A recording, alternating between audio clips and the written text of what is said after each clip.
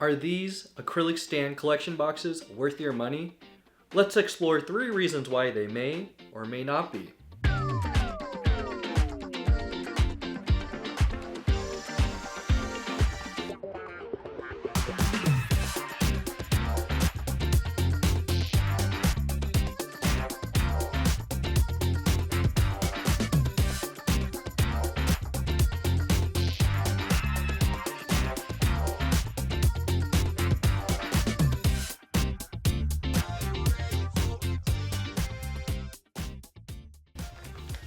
So Iono's Bellibolt EX collection just came out not too long ago, and we have Cynthia's Garchomp EX collection coming out pretty soon, or if you're watching this in the future, it's already out. And hopefully there are more acrylic collection boxes that have come out by then. So in this video, we'll cover the cost of the box. That means we're gonna talk about the cost of these figures and the cost of these packs in total. Go a little deeper and let's talk about your aesthetic, your collection as a whole. Does it fit in your home? Does it fit in your office? Does it fit anywhere? And then last but not least, we'll determine what type of collector you are. Do you crack everything open? Do you keep stuff sealed? Do you resell stuff later? Do you resell stuff the same day? Let's get to cracking.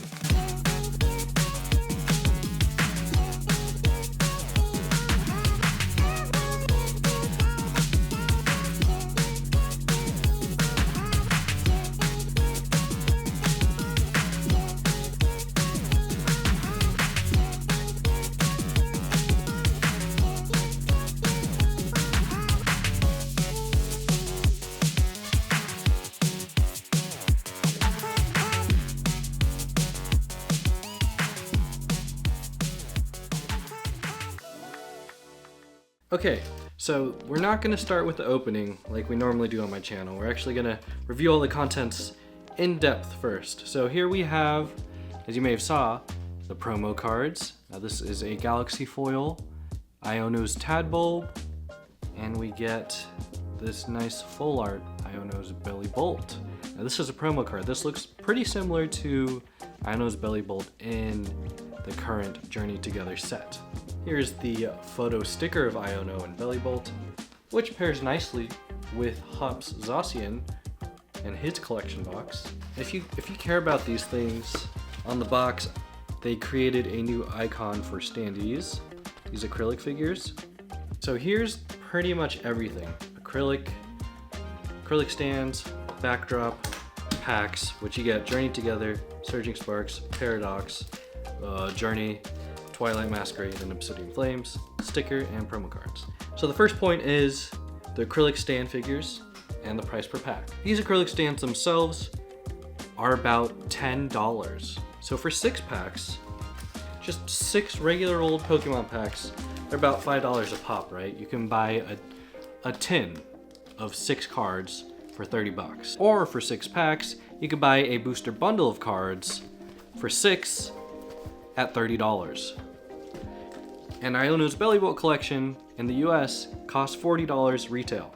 So essentially you're losing 2 more packs, and you're getting those 2 packs replaced with acrylic stands. So it's $10 for, acrylic figures. That's not bad. And you get a standard cardboard backdrop. It's nothing special, but this is where all your money is going.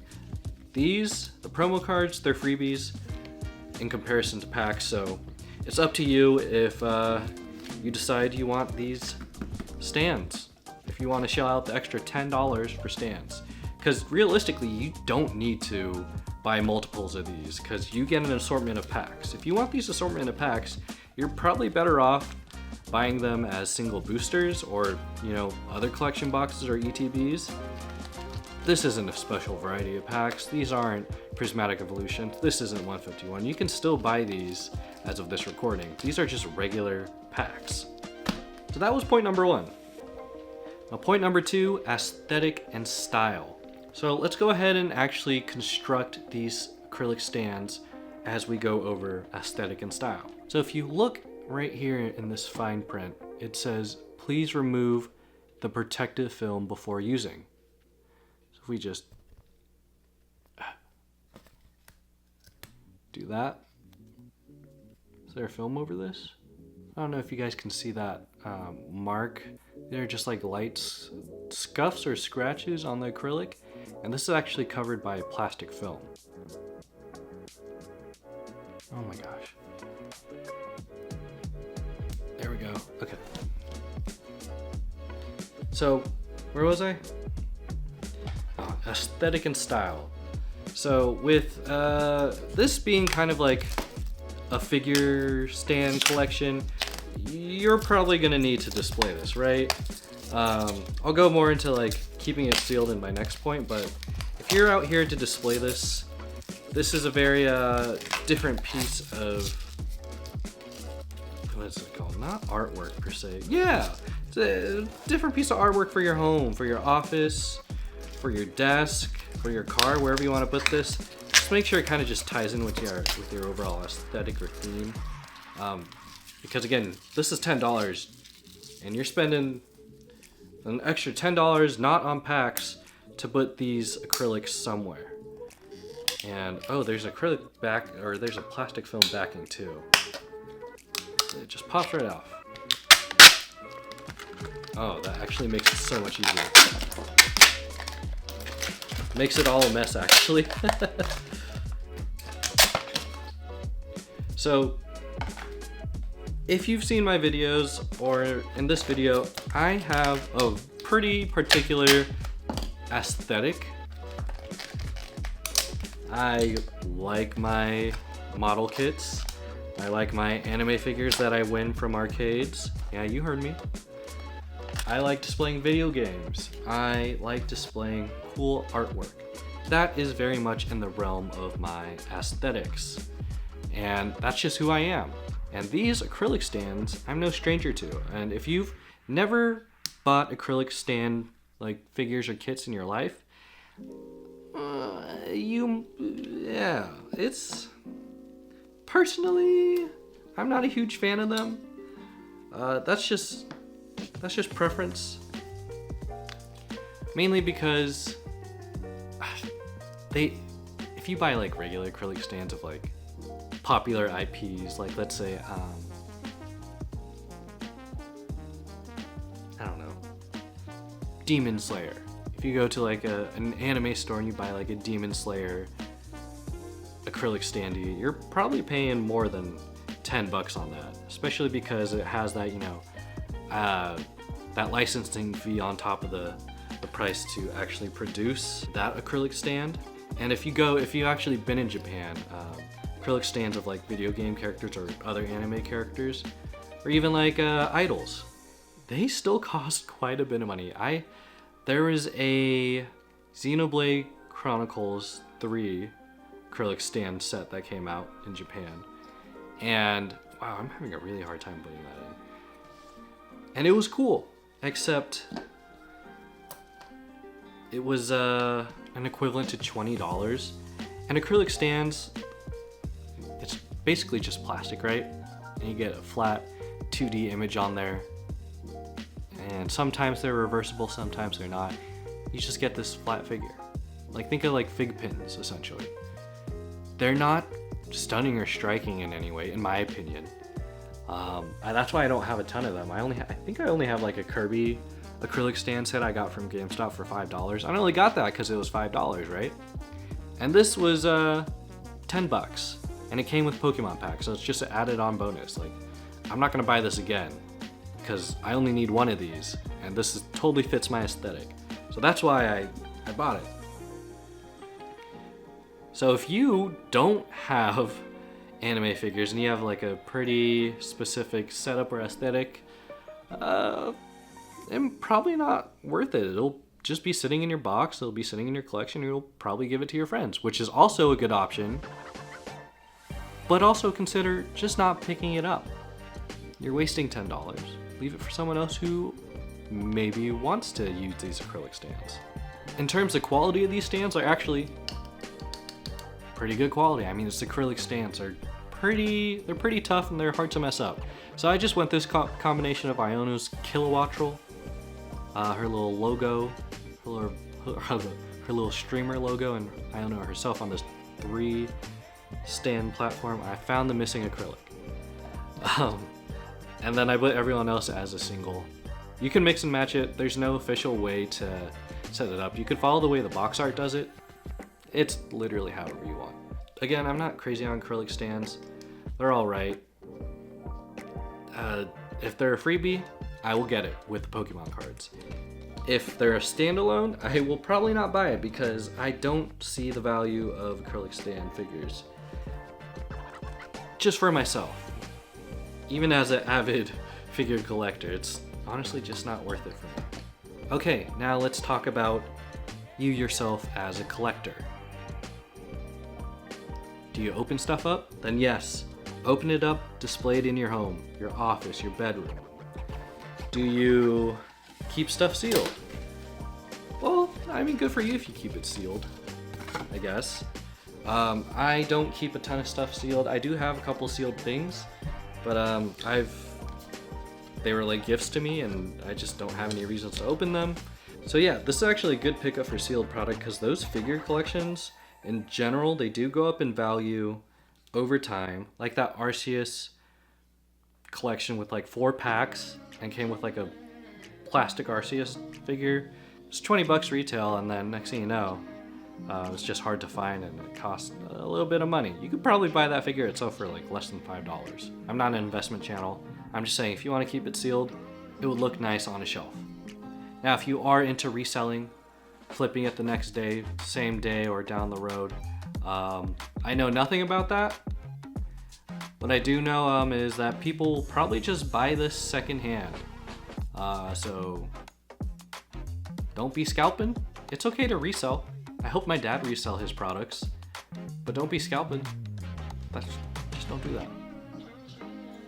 All right, so that pretty much covers my top 3 things. It's up to you to make a choice whether this is worth it or not.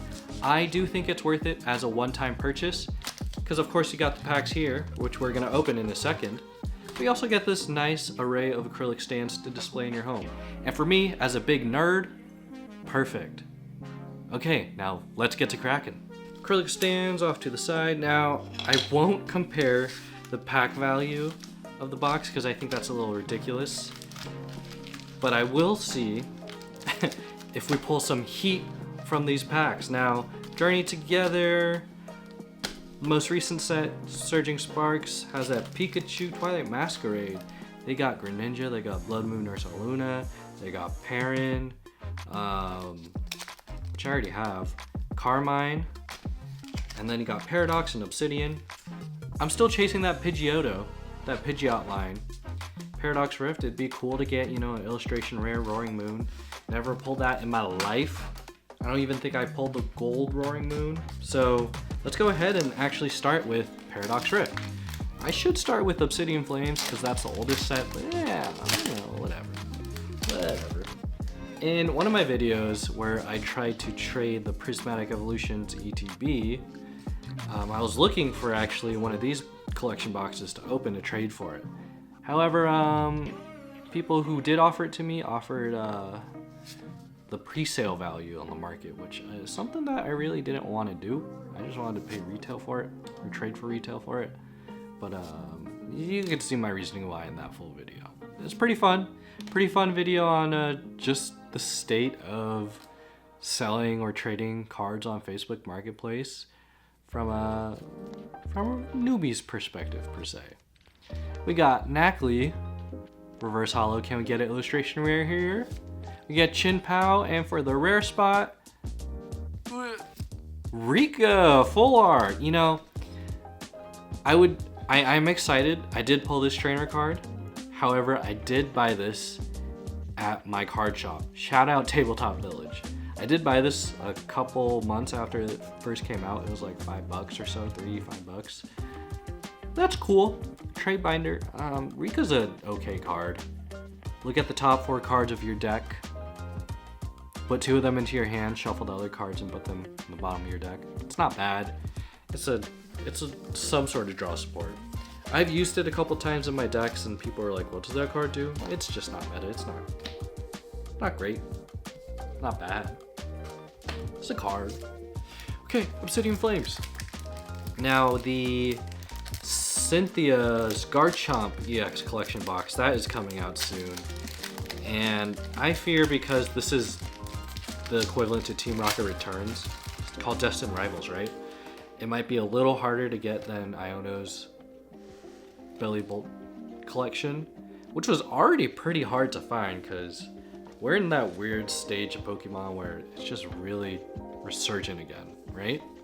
We get Numel, Greavard, Dynamo, and with Cynthia being, you know, as popular as she is, I feel like it's going to be extra hard to find that. Now, so far, we've only been confirmed this Iono and Cynthia. Can we get an illustration rare here? No, we get Weasel, and then I spoiled the rare for Toxtricity. And so yeah, it's just Iono and Cynthia. So can we like get open to like maybe Ethan down the road? Red, blue, that'd be cool. Probably Hop? I don't know. I don't want another Marnie. But Marnie has had their time to shine. It'd be cool to get like Diantha or I don't know, Lance. They've actually made quite a bit of Lance products. Maybe who else? Who else is a cool trainer that's not a champion or Elite Four? Maybe like a random gym trainer like Lieutenant Surge or Faulkner. You know, the very first bird gym you run into in the Johto region. Heliolisk, that was hard to say. Ducklet, Emolga, Tatsugiri, come on Twilight Masquerade, give me something good. Give me like an Ogerpon, like the Cornerstone Mask. I need that for playability. Ralphort, Applin, and for the illustration rare spot, we get Fione, so no illustration rare, but for the rare, it's Sinistcha. Okay, so I pulled Rika so far out of the 3 packs. Can I pull something from this Lone Surging Sparks pack? And speaking of pack selection for this box, it's actually pretty solid. I love opening, always love opening Paradox Rift. Obsidian Flames, cannot complain. I bought a booster box of that set when it first came out, and didn't pull anything from there, but you know, it's the chase, it's the fun of it. Twilight Masquerade, one of my favorite sets as of late. And of course, Surging Sparks, such a treat to open and kind of hard to find still, which is shocking. Centiskorch, we get Terra Orb, great playable card. Flapple, Alolan Dugtrio, Quaxwell, and can we get an illustration rare here? Glamora, and for the rare, Flamigo EX. And my camera's about to overheat. Give me 1 second. Easy work. It's not that warm in here. The windows were open. The windows were open. The fan was running. Huh. Okay. Journey Together. Dude, give me like Ends Reshiram, that illustration rare. Yet to pull it. I pulled quite a bit from Journey Together, and I'm quite enjoying it. I got a couple Iono cards, I got a couple of Hop cards. I honestly think that's it. I did pull duplicates of really cool cards, and I got to give them to Coral. But I'm hoping, you know, I'll get a little something more, a little something, you know? You get Whalmer, Tadbulb, Cramorant, Florigato, Volcarona, Alolan Marowak, Brock Scouting, I'm going to keep that to the side, it's kind of playable, Beldum, and for this illustration rare spot, we get Grandpa, and for the rare, Tapu Koko EX. Okay, it's too much work to set up this card. It's a liability, it's a cool card, and unfortunately it is fodder, but I do got 3 pulls. Okay, last pack magic. We're going with the mascot of this box, Iono's Bellibolt. Let's see what we can get here today. Code card. And we got a Dark Energy. Here we go. Last pack magic, guys. Beldum, Bagon, Wingull, Togedemaru, Brock's Scouting, Verizon Wireless, Hop's Choice Band, Iono's Voltorb. For the illustration rare spot, we get Oricorio, and for the rare, Alcremie EX. Again, not a great Pokemon. Its ability is, yeah, it's okay. I mean, heal 30 damage from one of your Pokemon. It's alright. It's another liability thing. So in terms of pulls, that's subjective. So you may not get any pulls in this collection box. You may get some. And in my case, I got 4, which is pretty solid. That's 4 hits for 6 packs. If you follow baseball, that's the kind of day you want. That's the kind of batting average you need. Unfortunately, I don't think Coral wants any of these. These are all going into my collection binder. I think Flamigo has to go in my trade because I already have him. And Rika will go in my trade because I think I bought Coral Rika before. Iono's collection box. Was it worth it? I think it was. Again, my 3 tips, review them. What were they? If you think it's worth the extra $10, go for it. If you think you are able to display the figures, go for it. If you want it in your sealed collection, by all means, it'll hold value, probably increase in value down the line, as a lot of collection boxes do. If you're in the reselling game, sure, don't be a scalper. I don't condone that. I understand if you resell, but don't be a scalper. I hope I can get my hands on that Cynthia Garchomp box in the future. Let me know what you guys would like me to review next in the comments down below, and if you've enjoyed this video, make sure to leave a like and subscribe for more content in the future. And with that being said, my name is Kevin TCG, and I'll see you guys next time. Peace. Oh my gosh, my camera's about to just melt on me.